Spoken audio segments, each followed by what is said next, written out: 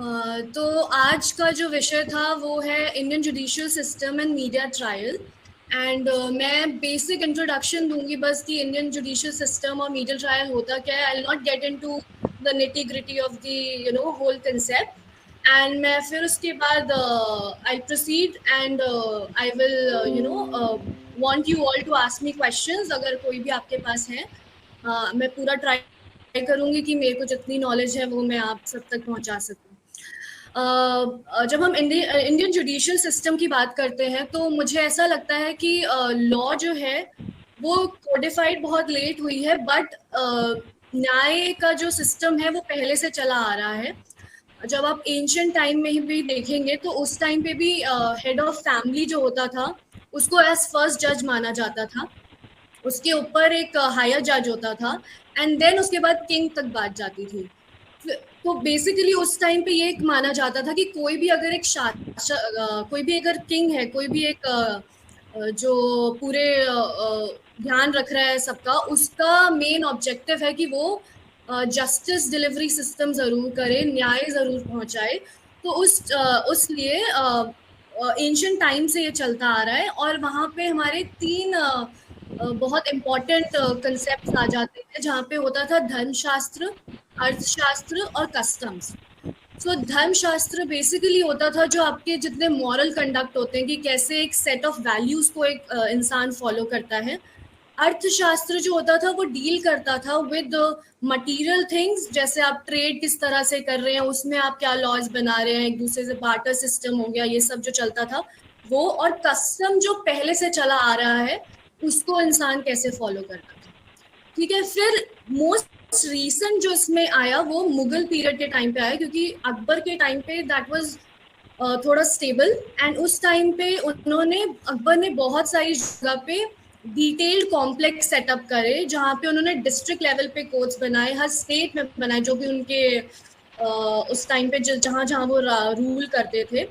And वहाँ पे appeal का सिस्टम डाला, वहाँ पे काजी, चीफ जज, वहाँ पे एम्परर्स कोर्ट होता था जहाँ पे आगरा में बैठा जाता था, या फिर जहाँ पे किंग को लगता था कि जहाँ पे उसको बैठना चाहिए वहाँ पे बैठा जाता था। एंड मोस्टली जो, क्योंकि वो मुगल पीरियड था तो क्रिमिनल जस्टिस सिस्टम जो था वो इस्लाम पे बेस्ड रहता था। एंड बाकी लोगों के लिए जो कि नॉन मुस्लिम्स थे उनके लिए उनके जो पर्सनल लॉज होते थे उस पे रहता था। नाउ जब ब्रिटिश एरा आया वहाँ पे हमारे पास प्रिंसली स्टेट्स आ गए, तो हमारे पास पहली बार एक अलग सिस्टम आया, क्योंकि ब्रिटिशर्स आए थे तो वो अपने साथ ब्रिटिश रूल एंड सारी चीजें लेके आए थे, तो उन्होंने वैसा ही सेटअप एक इंडिया में भी करा। उन्होंने डिफरेंट प्रिंसली स्टेट सेटअप करे एंड हर प्रिंसली स्टेट का एक अपना जस्टिस डिलीवरी सिस्टम होता था, क्योंकि वहाँ पे अलग अलग रूलर होते थे। एंड ऑल्सो क्योंकि उन्होंने जो प्रिंसली स्टेट सेटअप करे थे वहाँ पे वो खुद तो रूल करते नहीं थे, उन्होंने इंडिया के ही किंग और इन सबको जो पहले से थे उनको अपने अंडर लेके उनको वहाँ पे नियुक्त करा हुआ था, तो उन सबका अपना अपना एक पैटर्न चलता था। बट उसके बाद फिर आगे जब हम और जाते हैं तो वहाँ पे हमारे पास सबसे पहले 3 हाई कोर्ट स्टैब्लिश हुए थे 3 प्रेसिडेंसी स्टेट में, और वो था Calcutta, Madras and Bombay. And in सबका अपना अपना जुरिस्डिक्शन था। फिर आगे जाके हमारे पास पंजाब भी आया, इलाहाबाद भी आया, पंजाब का लाहौर से था, तो ये सारी चीजें थी। एंड उसके बाद ब्रिटिशर्स ने कोडिफिकेशन ऑफ लॉ करा। हमारे पास अभी तक क्या था कि कोई भी एक फॉर्म्ड तरीका नहीं था कि हमें कैसे प्रोसेस करना है, क्या प्रोसीजर होगा, किस तरह से आप दंड देंगे, किस तरह से पूरा हियरिंग होगा, तो ये सब चीजें नहीं थी, ये सब ब्रिटिशर्स ही लाए थे। एंड जब कोडिफिकेशन हुआ तो हमारे पास इंडियन पीनल कोड आया, जो कि आज के टाइम पे भी बहुत ज़्यादा यूज़ करा जाता है, जिसकी धाराओं को बहुत ज़्यादा यूज़ करा जाता है, वो उसी टाइम का लॉ है। इंडियन पीनल कोड हो गया 1860 में आया था, ये लॉर्ड मैकॉले ने करा था। उसके बाद 1872 में हमारे पास कॉन्ट्रैक्ट एक्ट आया था। तो जो हमारे पास बेसिक लॉज हैं वो civil procedure code, criminal procedure code, ये सारे जो हमारे कोड्स हैं वो ब्रिटिश एरा के ही हैं जो अभी तक आते जा रहे हैं। ऑल्दो अब आजकल बात करी जाती है कि इनको, क्योंकि कॉलोनियल रूल्स हैं तो इनको अब हटा देना चाहिए, नए लॉज लाने चाहिए, बट वो बात की बात है, बट तब से ही चलता हुआ आ रहा है। और उसी टाइम पे हमारे पास अदालत का कंसेप्ट, दीवानी जो सिविल कोर्ट्स होते हैं उनका कंसेप्ट, फौजीदारी कोर्ट्स जो क्रिमिनल कोर्ट्स होते हैं उनका कंसेप्ट, और आज भी बहुत सारी जगह पे ये सारी चीजें यूज करी जाती हैं। कचहरी जो टर्म आया था वो भी उसी टाइम वहां से ही आया था, and that is also being used these days a lot. Then we have जब फेडरल कोर्ट स्टैब्लिश हुआ था, जब ब्रिटिश रूल ऑलमोस्ट एकदम एंड पे आने वाला था, तब फेडरल कोर्ट की स्टैब्लिशमेंट हुई थी, जिसमें सर मॉरिस जो थे वो पहले जज बने थे, एंड उसके बाद फिर H J. Kania was the last जज of the federal court, and when India got independence on 26 January 1950 our Supreme Court was established. And जो हमारा सुप्रीम कोर्ट है, जिसको एपेक्स कोर्ट भी कहते हैं, वो तब स्टैब्लिश हुआ था, और उसके पहले चीफ जस्टिस एच.जे. कनिया को ही बनाया गया था। एंड तब से फिर हमारा जस्टिस डिलीवरी सिस्टम आ रहा है, एंड हमारे पास एक हायरार्की बनी हुई है, जहाँ पे हमें पता होता है कि अगर पहले हमें कहाँ अप्रोच करना है। तो कोई भी सिविल या क्रिमिनल मैटर होता है किसी एक स्टेट में और डिस्ट्रिक्ट लेवल पे होता है, तो हम पहले डिस्ट्रिक्ट कोर्ट जाते हैं, डिस्ट्रिक्ट कोर्ट के बाद हम हाई कोर्ट पे जाते हैं, हाई कोर्ट के बाद जो हमारे सबसे ऊपर है सुप्रीम कोर्ट, हम वहां जाते हैं। तो supreme court is the top most court, वहां पे आपके पास सारी अपील जाती है, and you can directly also approach supreme court अगर रिट का कोई केस है, जो कि आर्टिकल 32 में हमें डायरेक्ट किया गया है। And high court her state के पास है, कुछ कुछ के पास नहीं है, जिनका जुरिस्डिक्शन आप डिफाइन कर देते हो आप, कुछ स्टेट्स हैं जो एक दो मतलब 2-3 स्टेट्स को एक साथ वो करता है। बाकी आई थिंक हमारे पास 2 तरह के लॉ होते हैं, civil and criminal. And civil में बेसिकली फॉलो किया जाता है उबी जस इबी रेमेडियम। इसका मतलब ये है कि if there is a wrong there is also a remedy to it. तो इसी कंसेप्ट पे हमारा जो सिविल कोर्ट है उसका फॉर्मेशन हुआ है, एंड क्रिमिनल कोर्ट फिर दूसरे उसमें होता है, जिसमें सेशन कोर्ट हम कहते हैं बॉटम लेवल पे। एंड वहां पे आप अप्रोच कर सकते हो। उसके बाद अगर आपको जो अपीलेबल केसेस होते हैं उसमें आप हाई कोर्ट जा सकते हो, हाई कोर्ट से भी अगर आप अपीलेबल केसेस हैं कुछ, आप सुप्रीम कोर्ट में जा सकते हो। तो ये कंसेप्ट होता है इंडियन जुडिशरी सिस्टम के अंदर। जहां तक बात है मीडिया ट्रायल की, मीडिया ट्रायल बेसिकली एक ये कंसेप्ट है कि जब मीडिया जो है वो किसी ऑनगोइंग मैटर के ऊपर टीवी डिबेट्स करा रहे हैं या न्यूज़पेपर में अपना कोई ओपिनियन लिख के भेज रहे हैं, एंड उसके वजह से जो लोग पब्लिक ओपिनियन बना रहे हैं, एंड देन उसके बाद जो सारी चीजें एक व्हाट यू से कि एक देश में जो भी माहौल बन जाता है उसके बाद उसके ऊपर होती है। तो media trial is basically you are making somebody guilty before he और she is proven to be guilty. तो हमारे कोर्ट का ये कंसेप्ट होता है कि कोई भी इंसान जिसने क्राइम करा है वो तब तक गिल्टी नहीं होता है, वो तब तक इनोसेंट होता है जब तक वो गिल्टी नहीं प्रूवन होता। लेकिन मीडिया ट्रायल एक आजकल ऐसी चीज हो गई है कि लोग जो है न्यूज में देख के, डिबेट्स में देख के कोई केस आता नहीं है कि तुरंत ही अपना ओपिनियन बनाते हैं, तुरंत ही किसी को कल्प्रिट बोल देते हैं। भले ही आगे जब वो केस क्लोज होता है जाकर तब ये पता चलता है कि वो इंसान गिल्टी था ही नहीं। तो उस पूरे टाइम पीरियड में दैट पर्सन जो उस सिचुएशन में था उसको इतनी मेंटल एगनी होती है, उसकी पूरी फैमिली को हर चीज झेलनी पड़ती है, क्योंकि लोग आपके बारे में बातें कर रहे होते हैं, आपके बारे में ओपिनियन बना रहे होते हैं। तो आई थिंक मीडिया का एक जो रोल है वो बहुत इंपॉर्टेंट हो गया आज के टाइम पे, क्योंकि उसको 4th पिलर भी कहा जाता है हमारे कॉन्स्टिट्यूशन में नहीं, बट इसको माना गया, ये एक बाहर का ही कंसेप्ट है, ऐसे दिया नहीं है। We have 3 pillars, legislature, executive and judiciary, and media को वो इंपॉर्टेंस देने के लिए उसको 4th पिलर कहा जाता है। तो हमारा जो 4th पिलर है that should be very conscious, because आपका क्या आप दिखा रहे हो, क्या जा रहा है लोगों तक, वो उन लोग, क्योंकि मुझे लॉ पता है, लॉ के स्टूडेंट्स को लॉ पता है, कुछ लोग जिनको बहुत इंफॉर्मेशन पता होती है उनको चीजें पता होती है, बट मोस्टली हमारे आसपास ऐसे लोग होते हैं जिनके पास कोई सोर्स नहीं होता।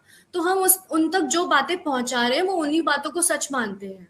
तो अगर वो उन बातों को सच मान के अपना ओपिनियन बनाते हैं, that can be good also and that can be bad also, depending on what you are what your thought processes when it comes to. आजकल बहुत सारे सेंसिटिव इश्यूज होते हैं जिसपे ऑलरेडी केस चल रहे हैं, ऑलरेडी पास्ट में भी ऐसे इश्यूज हो चुके हैं। जैसे अगर आप केस ले लो रिया चक्रवर्ती वाला या आर्यन खान वाला केस ले लो, जहाँ पे अब the court gave clean chit to Aryan Khan, but जितना वो टाइम था the family had to go through a mental trauma, the person who was involve in it, मतलब मीडिया में ऐसे दिखाया गया था हमेशा कि that person is guilty, and then guilty nahi, you get so personal, you get to talk about family members, you get to talk about what that person has done in past, and आप एक opinion बनाते हो जो कि शायद obviously उनको clean chit मिल जाती है from the court, but that trauma is going to stay with them for their entire lifetime, क्योंकि आपने एक ऐसी एक माहौल बना दिया जहाँ पे a person is thinking negative about himself और herself without even being guilty about it. तो मीडिया ट्रायल बहुत ही ज्यादा आजकल के टाइम पे हो चुका है, एंड इट शुड मेरे हिसाब से मुझे लगता है कि there should be a set of rules and guidelines जो कि आनी चाहिए, एंड मीडिया को डायरेक्शंस मिलने चाहिए on what issues they should talk about, क्योंकि this is a very sensitive issue, and although Supreme Court and various high courts have also जैसे last year there was a case जिसमें chief election commission versus state of Madras करके, जहाँ पे supreme court ने बोला था कि कोर्ट रिपोर्टिंग जो होती है, जो कोर्ट में पूरा मैटर चल रहा है, वो मीडिया के पास राइट है, क्योंकि फ्रीडम ऑफ प्रेस आ जाता है, और freedom of press is not specifically constitution में दिया नहीं हुआ है, लेकिन हमारी जो आर्टिकल 19(1) है, freedom of speech and expression, हमारा जो मीडिया है वो का जो फ्रीडम है वो वहीं से आता है। But then article 19 sub clause 2 में रेस्ट्रिक्शंस भी दिए हुए हैं कि अगर अगर like if you are finding कि वहां पे हमें रेस्ट्रिक्शन पुट ऑन करनी चाहिए, तो देयर आर फ्यू इंस्टेंसेस, कुछ केसेस दे रखे हैं जहां पे आप रेस्ट्रिक्शन भी लगा सकते हो मीडिया के रिपोर्टिंग में। तो ये सारी चीजें होती हैं।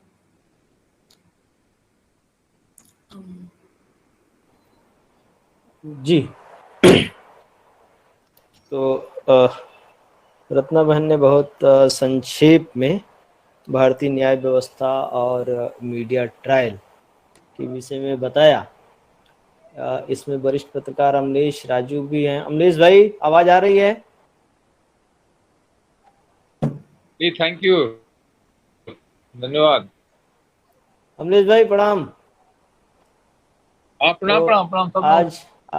आज अमलेश भाई को आप लोग बधाई भी दे दीजिए, क्योंकि इनकी किताब का लोकार्पण मनसुख भाई मंडविया करेंगे, गांधी पत्रकार गांधी का। तो मैं चाहूंगा कि अमलेश भाई चूंकि खुद ये बहुत लंबे समय तक क्राइम रिपोर्टर रहे हैं और क्राइम की रिपोर्टिंग करते रहे हैं, तो इस पे आप कुछ कहना चाहेंगे अमलेश भाई? बहुत बहुत धन्यवाद डॉक्टर। बहुत दिन से मेरी इच्छा थी कि इन चीजों पर जो है कि कोई एक्सपर्ट आवे। आज मैंने बहुत गंभीरता से, थोड़ा लेट से जुड़ा मैं, और बहुत बारीकी से मैं सुना रत्ना जी को। बहुत अच्छे और बहुत सटीक शब्दों में जो है उन्होंने व्याख्यान दी है, हम लोगों को जानकारी दी है। उन्होंने सही कहा कि जो मीडिया की भूमिका है वो कभी कभी ज्यादा हो जाता है, और हम जो हमारा कॉन्स्टिट्यूशन है उसमें हमें कोई लिखित रूप में ये अधिकार नहीं दिया है, या लिखित रूप में संविधान में नहीं है कि हम फोर्थ पिलर हैं। एक मान लिया गया है, और मीडिया की जो भूमिका है समाज में उस हिसाब से कि ये हम फोर्थ पिलर हैं, चौथे स्तंभ के रूप में है। उन्होंने बहुत अच्छी तरीके से उन्होंने ये चीज एक्सप्लेन किया कि कभी कभी हम जजमेंटल हो जाते हैं, हम खुद ही जो है किसी बात पर जज कर लेते हैं कि, और ये जो अखबार में दो तरह की चीजें होती है वो सबको पता है, एक न्यूज होता है और एक व्यूज होता है। तो व्यूज को हम कहाँ रखें और न्यूज को कहाँ रखें, इसमें जब तक विभाजन नहीं होगा तब तक तो कहना बहुत मुश्किल है। तो सही बोला उन्होंने कि आप जो मेंटल ट्रॉमा से गुजरता है लोग, जिसके बारे में आप, जैसे रेप का मामला है, अब हम लोग लंबे समय से क्राइम रिपोर्टिंग किया है, तो थोड़ी मोड़ी जानकारी हो गई है आईपीसी की और सीआरपीसी की।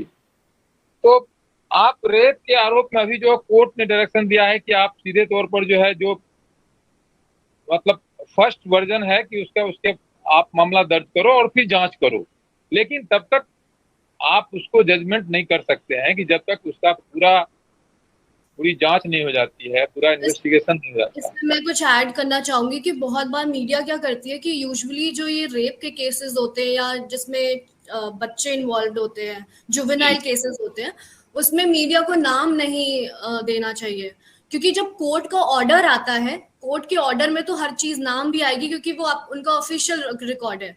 But as a responsible journalist हमारे को ये होना चाहिए कि हम नाम नहीं लीक करें, क्योंकि आप पूरा लोगों को पता चल जाएगा और उसके बाद वहां पे बातें होती हैं। तो ये सारी चीजें भी माइंड में, लाइक इस पे भी बॉम्बे हाई कोर्ट ने हाई कोर्ट्स ने बहुत बार डायरेक्शन दिया है कि पॉस्को से रिलेटेड, पॉक्सो से रिलेटेड अगर केस हो या पॉश रिलेटेड केस हो, सेक्सुअल हरासमेंट रिलेटेड केस हो, उसमें आपको नाम नहीं छापना चाहिए कभी भी विक्टिम का। बिल्कुल नहीं, बिल्कुल आपने सही कहा। और मैं जिस अखबार में हूँ, लगभग 2 दशक हो गया है, इंडियन एक्सप्रेस ग्रुप का हिंदी का अखबार है जनसत्ता, उसमें बजाबता प्रभात जोशी जो हमारे संस्थापक हैं, जिनकी जयंती है आज, मतलब जन्म दिवस हम लोग मनाते हैं गांधी दर्शन में, तो उनका कहना था कि बलात्कार शब्द तो लिखा नहीं जाना चाहिए। वो तो बलात्कार शब्द लिखने से परहेज करते थे और कहते थे कि बलात्कार का दूसरा जो शब्द है, जैसे दुष्कर्म हम लोग लिखते थे, अब सब शब्दें बदल गई है। मतलब अब तो हिंदी अंग्रेजी का मिलावट हो गया। आपको पता है कि सारे अखबारों में लोग ज्यादा जिस भाषाओं में समझ पा रहा है, तो इन मतलब ये बहुत, आपने बहुत, डॉक्टर सुभाष ने बहुत गंभीर विषय पर आज चर्चा की। और जो आने वाली पीढ़ी है, क्योंकि मैं पहले भी कहता रहा हूँ और अभी भी कह रहा हूँ, आज भी कह रहा हूँ कि जो गांधी जी की पाठशाला का कंसेप्ट है, उसमें हमारे एक एक छात्र जो हैं, एक एक हजार छात्र के बराबर है। जो उनका फॉलोवर्स है, उनका फैन फॉलोवर्स है, उनका सोशल मीडिया पर जो उनका फॉलोवर्स है, फेसबुक पर है, इंस्टाग्राम पर है, इससे हम ये मानते हैं कि हमारे एक बच्चे जो हैं दिल्ली विश्वविद्यालय के, उनके 1000 फॉलोवर्स है, 1000 फैंस हैं, 1000 उनको मानने वाले लोग हैं। तो ये संख्या हमारी कम होती है, लेकिन इन चीजों को जब हमारे ये बच्चे अलग अलग इंस्टीट्यूट में, Indian institute of mass communication में, जामिया मिलिया में, डी स्कूल ऑफ जर्नलिज्म में और दिल्ली विश्वविद्यालय के अलग अलग कॉलेजों में, जो जहाँ से ये छात्र हमारे शामिल हैं और इसमें हम बहुत पार्टिसिपेट करते हैं, तो इसका ब्रॉडर जो है प्रोस्पेक्ट पड़ता है।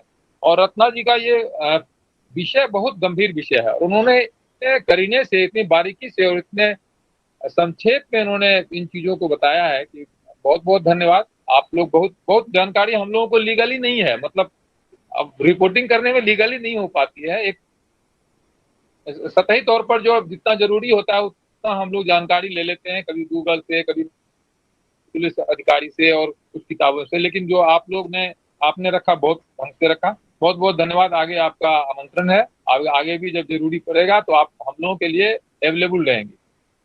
Thank you Subhash ji. बहुत बहुत आभार अमनीश भाई। और मैं ये कहूँगा कि इसमें बहुत सारे वरिष्ठ लोग जुड़े हुए हैं, बहुत सारे नए लोग हैं, तो मैं आप सभी का स्वागत और अभिवादन करता हूं गांधी जी की पाठशाला के तरफ से। और आप लोग इसी तरह से हमारा हौसला अफजाई करते रहिए। मैं ये कहूँगा, वैभव आवाज आ रही है? किसी और को कोई सवाल पूछना है तो प्लीज। सॉरी, ये निवेदिता बहन है, कुछ पूछ रही हैं। निवेदिता बहन, आप क्या अपना माइक ऑन करके पूछ सकती हैं, या देखिए चैट में लिखा हुआ है, पढ़ दें?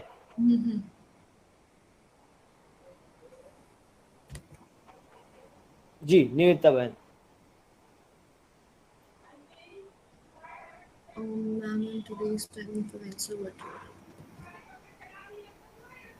निवेदिता बहन आप पूछ ले तो अच्छा रहेगा। अच्छा, उनका लगता है माइक का कुछ दिक्कत है। इन्होंने बेसिकली पूछा है कि जो इन्फ्लुएंसर्स होते हैं उनको उनका क्या रोल है आज के टाइम पे मीडिया ट्रायल के उसमें। I think media, social media, anything which is going on net, ठीक है, जो भी आप अपने पर्सनल अकाउंट से कर रहे हो, जो भी आप लोगों को इन्फॉर्मेशन देने के लिए कर रहे हो, आई थिंक कहीं ना कहीं there should be a moral conduct also, कि आप क्या पोर्ट्रे कर रहे हो बाहर, आपका इंटेंशन क्या है, आपका मोटिव क्या है, आप क्या सोच कर किसी इंफॉर्मेशन को सोशल मीडिया पे डाल रहे हो।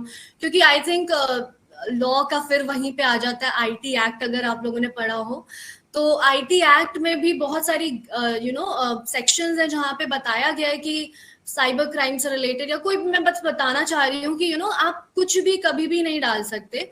ऑल्सो जो इन्फ्लुएंसर्स होते हैं, मुझे बेसिकली ये लगता है कि दे आर जस्ट देयर कि उनके फॉलोअर्स बढ़े, उनको कुछ मिर्च मसाला चाहिए होता है कि वो वो न्यूज़ वहाँ पे डालें तो उनको फॉलोअर्स मिले, लाइक्स मिले। आई थिंक उसको बहुत एक अच्छे तरह से भी कर सकते हैं आप। आप basically it's all about giving it back to the society. तो अगर सोसाइटी आपके पास आ रही है तो आप भी ट्राई करें कि आप सोसाइटी को वही चीज, अच्छी इंफॉर्मेशन जो आपको लग रहा है कि सब सही चीजें हैं, वही बाहर बता रहे हो, rather देन लोगों को मिसलीड करना या लोगों को ऐसी इंफॉर्मेशन देना जो उनके किसी काम की नहीं है और आगे जाके भी उनके लिए प्रॉब्लम्स खड़ी कर सकती हैं। तो मुझे लगता है कि influencers can be a good a good community together, कि वो अगर इंफॉर्मेशन बहुत अच्छी तरह से बाहर ला रही है। लेकिन अगर वो इंफॉर्मेशन ही बहुत ज्यादा तोड़ मड़ोड़ के ला रहे हैं जस्ट बिकॉज उनको देनी है इंफॉर्मेशन, तो I think they are of no use, like उनका फिर कोई यूज ही नहीं है उस प्लेटफॉर्म को उस तरह से यूज करने का। Thank you Ratna. वेलकम हाँ। निविन। एक क्वेश्चन और है मेरा। जी जी निविता बहन। पहले तो सबको नमस्ते जी, थोड़ा अपना परिचय दे दीजिए निविता बहन। अच्छा, तो मैं आईपी यूनिवर्सिटी से पास आउट हूँ जी। और मैं एडवोकेट हूँ प्रैक्टिसिंग, बट ये टॉपिक इतना इंटरेस्टिंग था कि मुझे ज्वाइन करना ही था। तो एक क्वेश्चन है रत्ना मैम के लिए। मैं इनको बार एंड बेंच में फॉलो करती हूँ। मैम, अगर एक लेमैन को लॉज को अंडरस्टैंड करना है, ठीक है, जजमेंट्स को समझना है, तो कौन सा प्लेटफॉर्म सही रहेगा? क्योंकि मैंने देखा है न्यूज़पेपर्स में, इवन इन्फ्लुएंसर्स और हमारे जो आसपास लोग हैं वो बहुत ही टूटी फूटी खबर हमें बताते हैं, बहुत ही गलत खबर बताते हैं। और जब मैं खुद पढ़ती हूँ तो मैं रियलाइज करती हूँ कि हेडलाइंस जो दी हुई हैं और जो अंदर मटेरियल है वो काफी डिफरेंट है। तो क्या फॉलो करें जिससे समझ में आ जाए लेमैन के टर्म्स पे, एक लॉयर के उस पे नहीं। निवेदिता, थैंक यू क्वेश्चन के लिए। And since you yourself are a lawyer, तुम खुद ही एक लॉयर हो, तो तुम्हें ये चीज पता होगी कि like when you get into field of journalism, साथ में अगर आपने लॉ भी करा हुआ है, जर्नलिज्म में भी जब आप जाते हो तो आपको पता चलता है कि headlines are just to attract people, कि क्योंकि आपको एकदम शॉर्ट में देना होता है कि आप हेडलाइन में कुछ ऐसा लिख रहे हो जिससे इंसान को मजबूर होना पड़े कि वो खोले उसको और पूरा पढ़े। तो आपकी हेडलाइन हमेशा, यूजुअली मैं ये सजेस्ट करूंगी कि आप हेडलाइन पढ़ो, आपको लगता है कि ये इंटरेस्टिंग है, उसको फिर खोल के पढ़ो। एंड जब आप उसको पढ़ रहे हो तो since you are a lawyer, तो आपको लीगल टर्मिनोलॉजी और हर चीज पता ही होगी। तो मैं ये प्रेफर करूंगी कि क्योंकि जो न्यूज में होता है वो बहुत ही बेसिक होता है, वो बस बताता है कि क्या हेल्ड हुआ था, क्या फैक्ट्स थे केस के, और किस साइड ने क्या अपने तर्क रखे, क्या वितर्क थे, ये सब होता है। लेकिन आप ऑर्डर पढ़िए, जो ओरिजिनल ऑर्डर होता है कोर्ट का। आई थिंक अगर आप वो समझ सकते हैं तो मैं सबको ये कहती हूँ कि ठीक है, आपके पास टाइम नहीं है, आपने न्यूज पढ़ ली, बट न्यूज पढ़ने के बाद अगर आपको और उस केस के बारे में जानना है और आपको सही चीजें जाननी है, तो आप उसका ऑर्डर पढ़िए। क्योंकि आजकल ऑर्डर भी कुछ जजेस हैं जो बहुत ही इजी लैंग्वेज में लिखते हैं, एंड उसको आप एक बार पढ़ोगे तो आपको खुद ही समझ में आ जाएगा। एंड बेसिकली न्यूज का काम ये है, क्योंकि everyone is not a law student, तो न्यूज का काम ये होता है कि आपको एक बहुत ही शॉर्ट में क्रिस्प तरीके से बता दिया जाए कि कोर्ट में ये चीज हुई थी और इस पे ये जजमेंट आया है या ये ऑर्डर आया है। तो for you particularly I would suggest कि आप एक बार जब न्यूज पढ़ लें तो उसके बाद ऑर्डर खुद पढ़े। एंड किसी भी, क्योंकि at the end of the day it's journalism, आपको खुद पढ़ना पड़ेगा उस चीज को, मुझे ये लगता है। ठीक है, थैंक यू मैम। वेलकम। जी बहुत बहुत जी, आभार मैं निवेदिता बहन। हाँ संदीप जी, तो थोड़ा सा मैं एक चीज ये कहना चाहता था, जैसे भाई इन्फ्लुएंस करना या गलत खबर, तो ये एक तरह का सोसाइटी में एक अलग तरह का कंस्ट्रक्शन भी करता है, और वो कंस्ट्रक्शन इतना कई बार मजबूत हो जाता है कि जो आम जनमानस है, आम जनमानस मतलब कि मेन जो सूचना है, जो मुख्य सूचना है, मुख्य सूचना उसके लिए और पूरे सोसाइटी के लिए गौड़ रह जाती है, और जो अफवाह है, जो प्रोपेगेंडा है, उसी को लोग पकड़ लेते हैं। सर आजकल बहुत सारे फैक्ट चेक न्यूज हाँ। पेपर्स भी आ गए हैं, जिसमें आप न्यूज आती है, उसके बाद वो पूरा फैक्ट चेक करते हैं, उसके बाद फिर बताते हैं। तो ये वाली चीजें भी बहुत हो रही हैं। तो मैं ये नहीं कह रही हूँ कि सोशल मीडिया एंड इन्फ्लुएंसर्स उनका बस यही काम है कि आपको गुमराह करें। मुझे ये लगता है कि बहुत पॉजिटिव इम्पैक्ट भी रहता है। जैसे एक Sanjay Kumar versus union of India case था, जिसमें प्रियदर्शनी मट्टू केस बहुत ही फेमस केस है। हाँ, उसमें ट्रायल कोर्ट ने अक्विट कर दिया था, नहीं दिया था कोई सजा, एंड बाद में मीडिया अप्रोर ही हुआ था उस टॉपिक पे, एंड उसके बाद उस केस को वापस से हाई कोर्ट में सुना गया, and then death sentence provide करी गई। तो मीडिया का रोल, मैं वही कहना चाह रही कि एक रिस्पॉन्सिबल मीडिया अगर है तो वो बहुत चेंजेस भी ला सकती है। ऐसा नहीं है कि वो सिर्फ एक नेगेटिव एस्पेक्ट में ही देखा जाए। मीडिया अगर बहुत रिस्पॉन्सिबली काम कर रही है तो इट कैन ब्रिंग इन बहुत ही अच्छा चेंज ला सकती है सबके लाइफ में, आई थिंक। जी संदीप। जी सुभाष जी, थैंक यू। तो मैं पहले क्षतिग्रस्त हुआ पड़ा हूँ, तो धीरे धीरे ही बोलूंगा थोड़ा। हाँ। तो थैंक यू रत्ना, आपने एक बहुत अच्छा ओवरव्यू दिया। और मैं भी अजीम प्रेमजी फाउंडेशन के साथ काम करता हूँ, और शिक्षकों को शिक्षा देने का मेरा काम है, जो पिछले 4 वर्षों से मैं कर रहा हूँ अभी। तो मेरे सवाल भी थोड़ा उसी के अराउंड होंगे। और मैं डीयू का भी स्टूडेंट रहा हूँ, पत्रकारिता का, बहुत पहले, 4 साल पहले। तो उस दौर में क्या होता था कि मीडिया लॉ भी वही शिक्षक पढ़ा देते थे जिनको खुद मीडिया के बारे में कुछ अंडरस्टैंडिंग नहीं होती थी। वो प्रेस लॉ भी पढ़ा देते थे। वो खुद हिंदी के शिक्षक होते थे, और पत्रकारिता भी ढंग से वो पढ़ा लेते थे, और काम चल जाता था। तो हम लोगों ने तो ऐसे ही मतलब पढ़ी, बाद में ठीक है इंफॉर्मेशन को जो है वो फिल्टर कैसे करना है वो अपने लेवल में फिर समझने की कोशिश की, एनालिसिस करना सीखा। बट 1, 2, 3 सवाल है इसमें, और सवाल नहीं है, कंसर्न्स हैं। इसको आप भी थोड़ा देखना कि इस पे क्या हो सकता है पॉसिबिलिटीज। एक तो आपने जुवेनाइल्स की बात की, वो बहुत गंभीर मुद्दा है, क्योंकि मैं जब क्लासरूम टीचिंग और टीचर एजुकेशन पे काम करता हूँ, तो जुवेनाइल वायलेंस और क्राइम्स वगैरह पे भी हम लोग को जो है ट्रेनिंग प्रोग्रेस करने पड़ते हैं। तो जुवेनाइल्स को लेकर क्या है कि बहुत सारी दिक्कतें हैं अभी ना। उसके पूरे जब जस्टिस आया था उस टाइम जो है मैं डिबेट देख रहा था टीवी में, पार्लियामेंट में डिबेट हो रही थी। तो उसमें एक मिनिस्टर ने यहाँ तक कहा कि बच्चा किसको माने, जिसको फोन देखना आ गया, इंटरनेट चलाना आ गया, तो उसको बच्चा माने क्या? तो बच्चा किसको माने? निमाड़ की बात करूंगी, निमाड़ रीजन है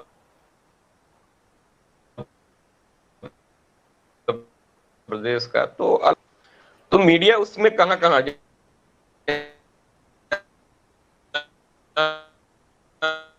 मीडिया उतना ज्यादा नहीं है जैसे हमारे एरियाज में। तो जो रोल है आप मीडिया का, वो मैं थोड़ा सा उस पर आपका थॉट जानना चाहूंगा कि इस रीजन पे थोड़ा सा।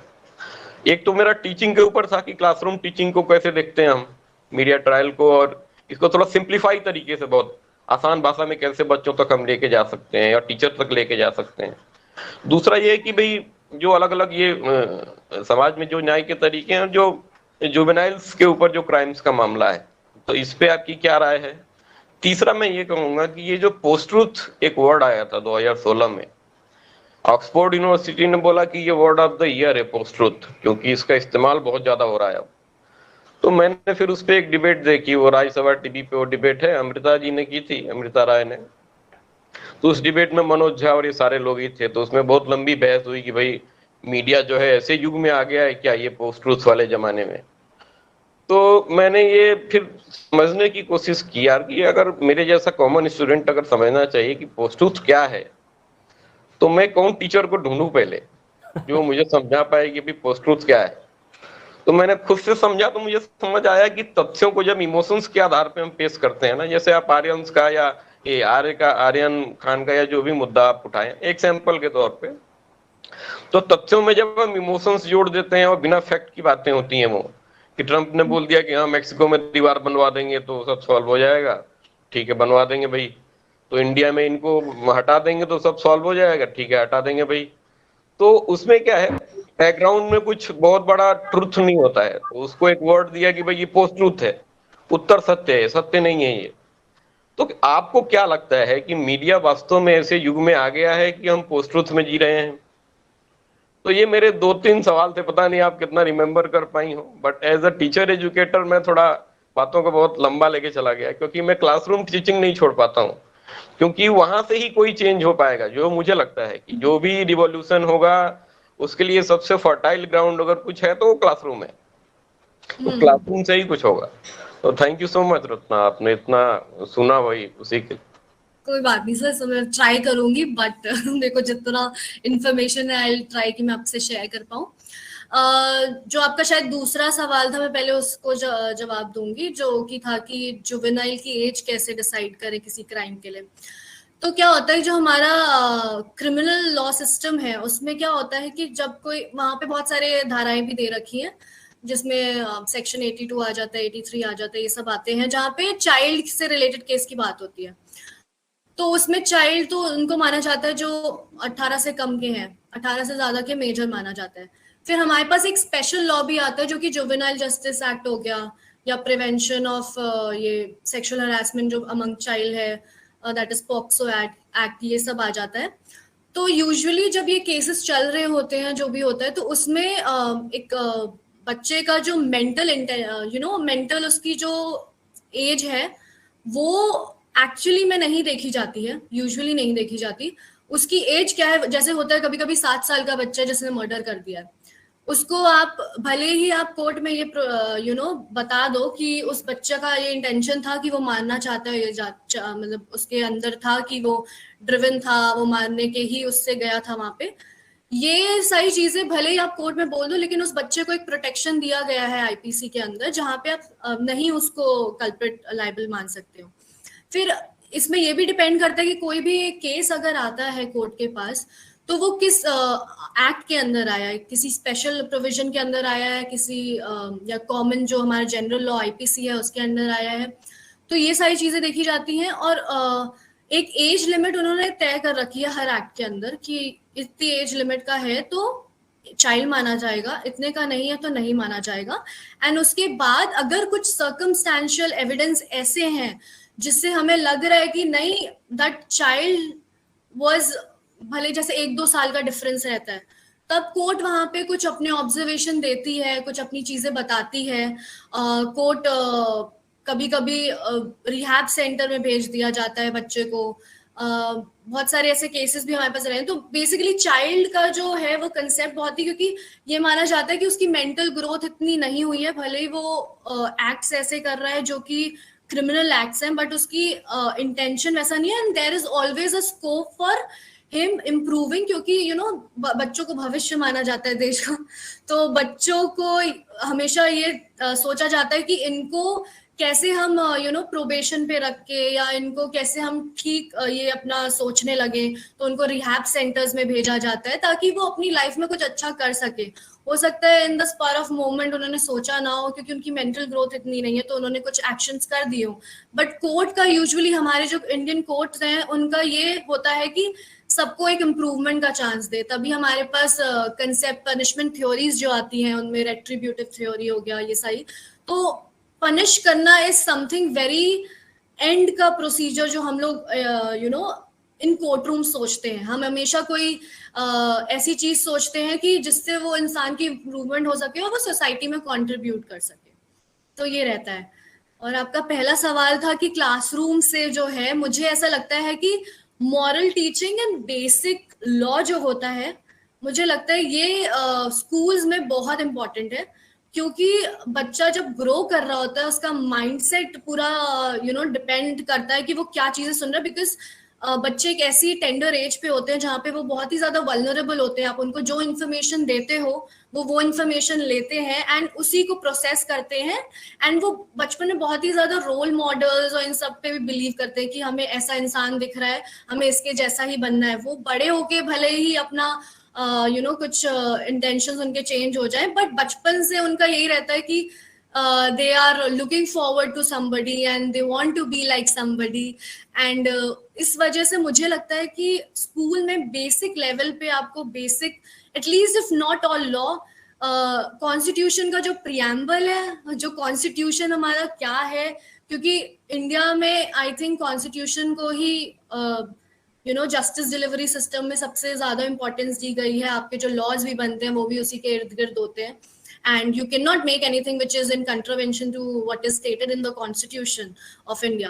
So what is very important is कि I think media का रोल भी मीडिया का as such तो नहीं, मुझे लगता है कि इंडिविजुअल का रोल बहुत इंपॉर्टेंट होता है, and media should also try to inculcate ऐसी चीजें जिससे आप बच्चों को भी हेल्प कर रहे हो कि उनको भी इंफॉर्मेशन वगैरह मिल रही है। And तीसरा question sir, I am really sorry but I have not come across that word and मुझे कोई आइडिया नहीं है, बट आप अगर उस क्वेश्चन का कुछ और मुझे थोड़ा सा थोड़ी और आसपास की इंफॉर्मेशन दे तो मैं शायद बता पाऊँ। संदीप सर। ठीक है रत्ना, मैं वो तीसरे वाले पे तो मैंने रख ही दिया था कि बिना तथ्यों और इमोशंस को आधार बना के जो बातें रखी जाती हैं, चाहे वो पॉलिटिकल लीडर्स हो या इन्फ्लुएंसर्स या कुछ भी हो, तो वो क्या है, उसको उत्तर सत्य मान सकते हैं हम लोग। उस युग में हम आ चुके हैं कि हम इमोशंस के साथ भी बहुत अच्छे से खेल लेते हैं, पब्लिक ओपिनियंस को, परसेप्शन को बदलने में उसका इस्तेमाल कर लेते हैं। तो वो चीज मैं कहना चाह रहा था, तो वो ठीक है, उस बात पे नहीं, बस एक इंफॉर्मेशन मैं रख देता हूँ आपके लिए और बाकी साथियों को भी अगर हेल्पफुल हो पाए। कि मैं पिछले दिनों फियर एंड पनिशमेंट पे एक प्रपोजल बनाने के लिए थोड़ा कॉन्क्रीट रिसर्च कर रहा था, तो मैंने उसमें पाया कि एक जो पनिशमेंट का जो समाजशास्त्री दृष्टिकोण होता है ना, सोशियोलॉजिकल एक एस्पेक्ट जो होता है, वो इतना इम्पोर्टेंट था कि मैंने जब सर्वे किया कुछ पेरेंट्स के साथ, तो निकल के आया कि सारे ही जो माता पिता हैं जो बच्चे के, वो इस बात में बिलीव करते हैं कि हाँ बच्चों को पनिशमेंट देनी चाहिए, बच्चों को पनिश करना चाहिए। ठीक है। सेकेंड, कि बच्चे भी इस बात में बिलीव करने लगे हैं कि हाँ पनिशमेंट तो बहुत जरूरी है, अगर पनिशमेंट नहीं होगा तो फिर कैसे होगी सारी चीजें। तो इस चीज को लेकर ना मैं थोड़ा और कॉन्स्टिट्यूशनल वैल्यूज वाले पार्ट को लेकर भी थोड़ा काम कर रहा हूँ, तो मैं इन फ्यूचर में आपसे कांटेक्ट करूंगा इन चीजों को लेकर। तो इसलिए मैंने इसको बहुत संक्षेप में रखने की कोशिश की, और thank you so much Ratna, आपने काफी इंफॉर्मेटिव टॉक रही आपसे। You welcome sir, thank you. बहुत अच्छा संदीप। और किसी के कोई सवाल?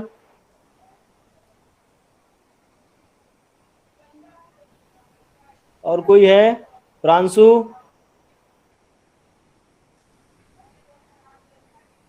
अनिकेत, अनिकेत आवाज आ रही है? हाँ सर आ रही है। हाँ अनिकेत। मैम मेरा क्वेश्चन ये है कि क्या कैपिटल पनिशमेंट एथिकल है आज के सोसाइटी में? एथिकल? Yes ma'am. ओके, आई थिंक कैपिटल पनिशमेंट हमारे में डेथ सेंटेंस है, दिया हुआ है। कैपिटल पनिशमेंट आई थिंक जरूर देनी चाहिए उन लोगों को जो ऐसा एक्ट करते हैं जो कि एक्सेप्टेबल नहीं है एक सोसाइटी में। एंड कैपिटल पनिशमेंट का मेन जो रीजन है कि वो आया है, that is to set out क्या कहते हैं आप, एक प्रेसिडेंट सेट आउट करो कि भाई if anybody is going to do ऐसा crime then this is the end punishment. And capital punishment बहुत ही रेयरेस्ट ऑफ रेयर केसेस में दिया जाता है। ऐसा नहीं है कि हर आपको केस में कैपिटल पनिशमेंट दे दी जाएगी, उसके बहुत सारे उन्होंने बना रखे हैं कि कब कब आप कैपिटल पनिशमेंट दे सकते हैं। तो I think capital punishment is good, but I think capital punishment as a lawyer मेरे को लग रहा है, बट आप एनजीओज और इन सब के तो आजकल जो ह्यूमन राइट्स के लिए लड़ते हैं और ये सब है, तो उनका अपना व्यू पॉइंट होता है। And it depends from person to person वो क्या फील करता है किसी एक इशू के बारे में। And capital punishment I think बहुत ही एंड, जब पूरा देयर इज नो स्कोप कि कुछ बचा है उस केस में तब, और वो बहुत ही रेयरेस्ट ऑफ रेयर केस है, बहुत ही हीनियस ऑफेंस, हीनियस मतलब बहुत ही भयंकर कुछ ऑफेंस हुआ है जहाँ पे आप आप कैपिटल पनिशमेंट के अलावा कोई पनिशमेंट ही नहीं दे सकते हो। तो आई थिंक वो लॉ है हमारा एंड उसको फॉलो करना जरूरी है, अनलेस एंड अनटिल कुछ अमेंडमेंट ना आए, उसमें चेंजेस ना आए। जी, और किसी के सवाल? विजया, आप कुछ पूछेंगी? और कोई है जो पूछना चाहेगा? अगर कोई कुछ लॉ के बारे में या लीगल जर्नलिज्म के बारे में पूछना चाहता है, या लॉ इज समथिंग जो आप कभी भी कर सकते हो, तो मुझे लगता है आप पूछ सकते हो। जी, तो रत्ना बहन, वैसे मैं ऐसा व्यक्ति हूँ, जब मुझे अक्षर ज्ञान नहीं था तब से अखबार और किताबें पढ़ रहा हूँ। हाँ क्योंकि मेरे दादाजी फ्रीडम फाइटर थे, सरोजिनी नायडू के साथ थे। तो आज़ादी के बाद उन्होंने गांव में एक ग्रामीण लाइब्रेरी बनाई, जो ग्रामीण लाइब्रेरी इस कंसेप्ट पे बना था कि हम एक समाज में सांस्कृतिक जागरूकता ले आए।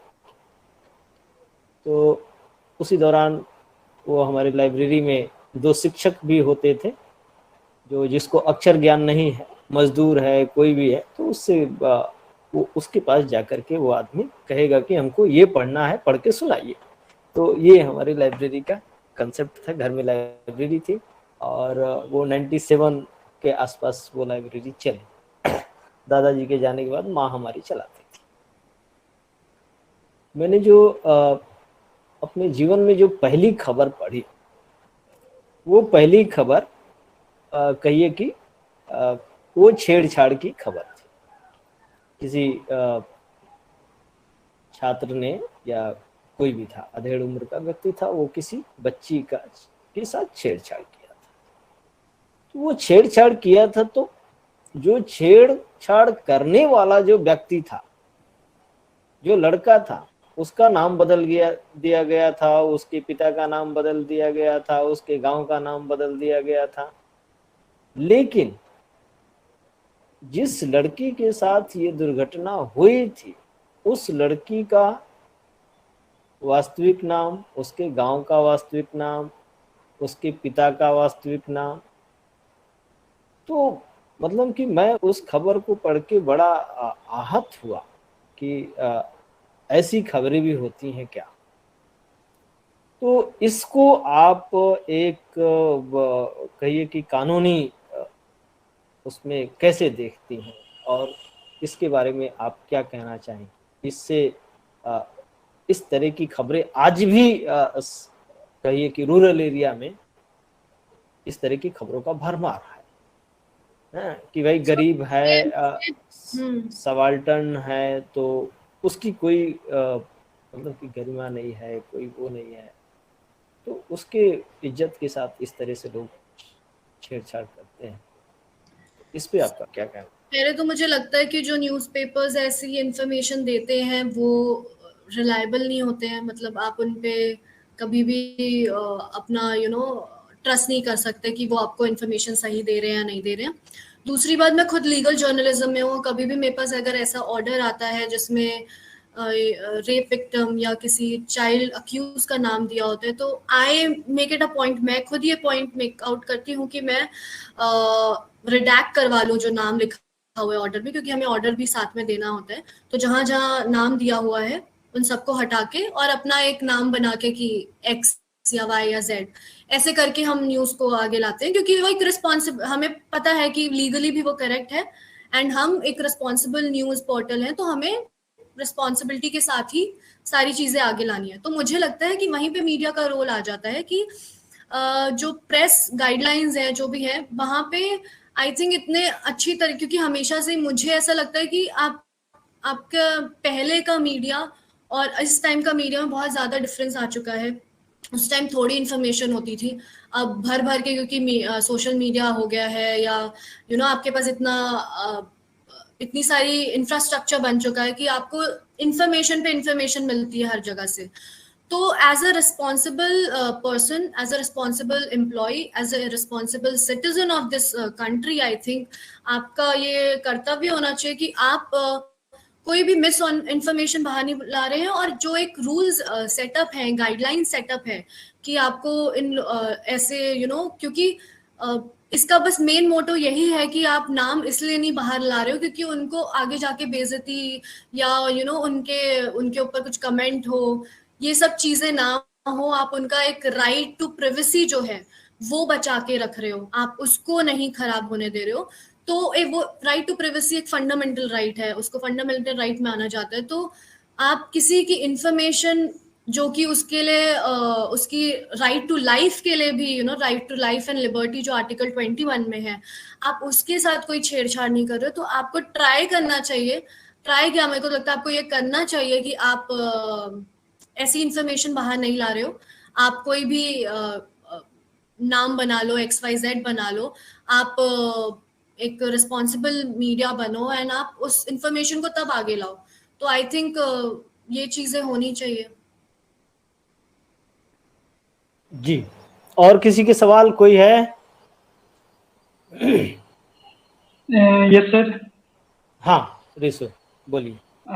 हेलो हेलो, नमस्ते मैम।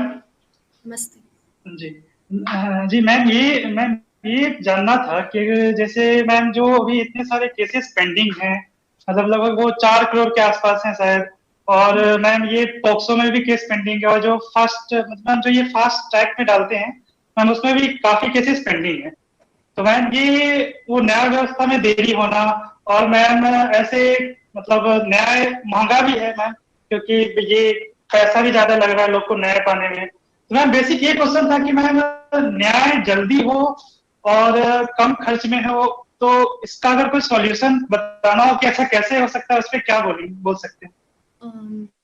ओके, बेसिकली ये है कि हमारे यहाँ केसेस पेंडिंग इसीलिए हैं क्योंकि हमारा जुडिशियल इंफ्रास्ट्रक्चर जो है वहाँ पे जो वैकेंसी है वो बहुत ज़्यादा है, लेकिन उन वैकेंसी को फिल करने के लिए कोई प्रोसेस नहीं है, और जो है वो बहुत ही धीरे धीरे होता है एंड काफ़ी टाइम टेकिंग होता है। विच उसके लिए ये करा जा सकता है कि जो हमारी डिपार्टमेंट है, जो ministry of law and justice है, जो डिपार्टमेंट ऑफ जस्टिस है, उनको एग्जाम्स या रिक्रूटमेंट प्रोसीजर जो है उसको ज़्यादा जल्दी कर देना चाहिए। दूसरी बात, जो आप कह रहे हैं कि पैसे बहुत ज़्यादा लगते हैं, बहुत सारे ऐसे लॉयर्स हैं जो प्रो बोनो काम करते हैं। प्रो बोनो मतलब गुड फेथ में काम करते हैं, जो कि पैसे नहीं लेते हैं। बहुत सी ऐसी लीगल ऑर्गेनाइजेशन, NGOs हैं जो कि आपको हेल्प करती हैं लॉयर फाइंड करने में, क्योंकि आप जब इंसान कोई अरेस्ट होता है या किसी का केस चल रहा होता है तो to have a lawyer is also their legal right. तो बहुत से लीगल सर्विसेज जो हैं, हर स्टेट के जो लीगल सर्विसेज हैं वो इन सब में हेल्प करते हैं, तो आप उनको अप्रोच कर सकते हो। जी वेलकम। रिसु, मेरा खुद का केस जो है कि मतलब कि मैं अगर जो लड़ना चाहूँ तो उसको लड़ ही नहीं पाऊंगा, लेकिन एक वकील हैं एडवोकेट अयूब सिद्दीकी, तो वो मेरा केस मतलब कि बिना पैसे के लड़ रहे हैं, और बहुत इम्पोर्टेंट केस है, और एक तरह से वो एकेडमिक करप्शन का बहुत बड़ा केस है। इस दिल्ली विश्वविद्यालय के खिलाफ मैं लड़ रहा हूँ। यही दिल्ली विश्वविद्यालय आप सोचिए कि जो है कि टेम्परेरी नौकरी के लिए आपको एलिजिबल नहीं करता है, लेकिन आप परमानेंट के लिए एलिजिबल हो। मतलब कि कितना बड़ा मतलब कि वो फॉल्ट है। मतलब कि जिस सब्जेक्ट को मैं पढ़ के आया हूँ वो पढ़ाने के लिए एलिजिबल नहीं हूँ, जो पढ़ के नहीं आया है वही पढ़ाने के लिए एलिजिबल है। तो ये मजेदार किस्सा है, लेकिन आपको जुडिशरी के सेक्टर में भी अच्छे लोग मिल जाएंगे हैं। तो अब हम समापन की तरफ हैं। बहुत सारे लोग जो है कि वरिष्ठ लोग आए, उनका मैं स्वागत, अभिवादन, धन्यवाद करता हूं। और रत्ना बहन इस पाठशाला में आई, गांधी जी की पाठशाला में, गांधी जी के नाम पे आई। अब पता नहीं हम लोग गांधी के नाम पे क्या कर पाएंगे, कितना कर पाएंगे। आप आई और छात्रों का ज्ञान वर्धन किया, इस पाठशाला का मान बढ़ाया। मैं आपका बहुत बहुत आभार करता हूं। बहुत बहुत प्रणाम करता हूं और इसी उम्मीद के साथ आपको विदा करूंगा कि जब भी फिर निकट भविष्य में हम कभी आपको याद करें किसी लीगल विषय पे या इस तरह के विषयों पर, तो जरूर आप उपस्थित रहेंगे। अब आप गांधी जी की पाठशाला की सदस्य हैं, तो एक औपचारिकता रह गई है। विजया, आवाज आ रही है? विजया,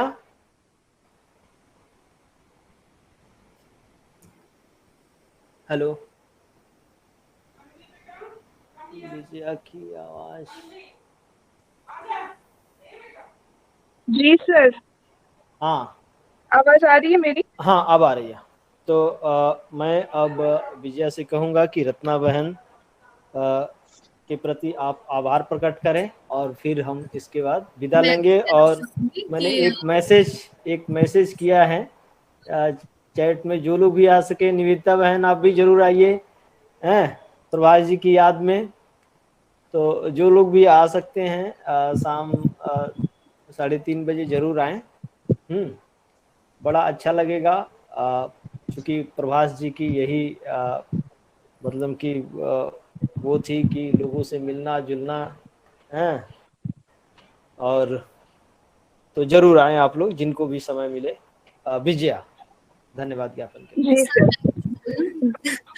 मेरे को बस थैंक यू बोलना है, आपने मुझे इनवाइट करा एंड ये अपॉर्चुनिटी दी कि मैं सबसे इंटरेक्ट कर सकूं। मेरे लिए बहुत ही अच्छी बात है कि मैं कर पाई। एंड थैंक यू सारे पार्टिसिपेंट्स का जो संडे को टाइम निकाल के आए एंड मुझे सुना। आई होप मैंने इन्फॉर्मेशन जो भी दी है आपको आगे हेल्प करी एंड आपकी थोड़ी क्लैरिटी हुई होगी उन issues. And thank you so much for. हाँ विजया जी, गांधी जी की पाठशाला में आने के लिए हम रत्ना सिंह जी के बहुत आभारी हैं। यह निश्चय ही हमारा सौभाग्य रहा कि हमें आप जैसे विदुषी व्यक्तित्व को न केवल सुनने को मिला, बल्कि गांधी जी की पाठशाला के 113वीं एपिसोड पूरे होने का गौरव भी आपके साथ साझा करने का अवसर मिला। हम सभी यह आशा करते हैं कि आगे भी हमें आपका मार्गदर्शन मिलता रहेगा। इसके अलावा मैं अपने संस्थापक अध्यक्ष डॉक्टर सुभाष गौतम जी का भी धन्यवाद करना चाहती हूँ, जिनके प्रयासों बदौलत हमें आप जैसे महान विभूति को सुनने का प्राप्त हुआ। बहुत बहुत धन्यवाद।